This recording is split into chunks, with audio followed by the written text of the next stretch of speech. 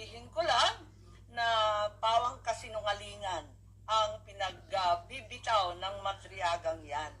Kung meron mang itinuro ang kasaysayan sa isang Marcos katulad ko, yun ay maging tapat sa bayan at sa iyong prinsipyo.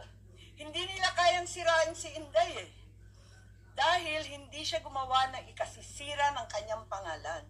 Kaya gagamit sila ng taong wasak na ang pagkatao para subukan wasakin din ang vice-presidente. Oo, inaamin ko, ginamit ako at naging kasangkapan ng isang gobyernong taliwas ang pamumuno sa uri ng serbisyong bayang iminulat sa akin ng aking ama.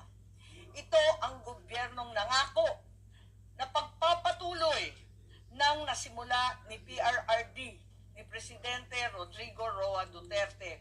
Ngunit naging simula ng pagbagsak ng ating bansa. Kahit kailan, hindi ko kinonsinti at wala akong balak konsintihin ang kapatid ko.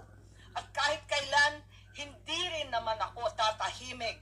Hindi ko hahayaang harap-harapan magsinungaling ang isang tao para matupad ang ambisyon ng iilan at tuluyang mailibing ang ating bayan. Sa korupsyon, sa kasakiman, sa walang saysay na pamumulitika, kahit ngayon sa harap ng malupit na krisis. Bongbong, Pangulong Marcos, alam mo ang katotohanan. Andun ka, magkasama tayo.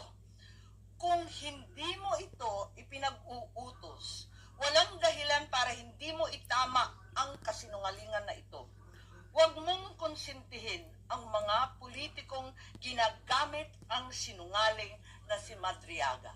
Yun lang po.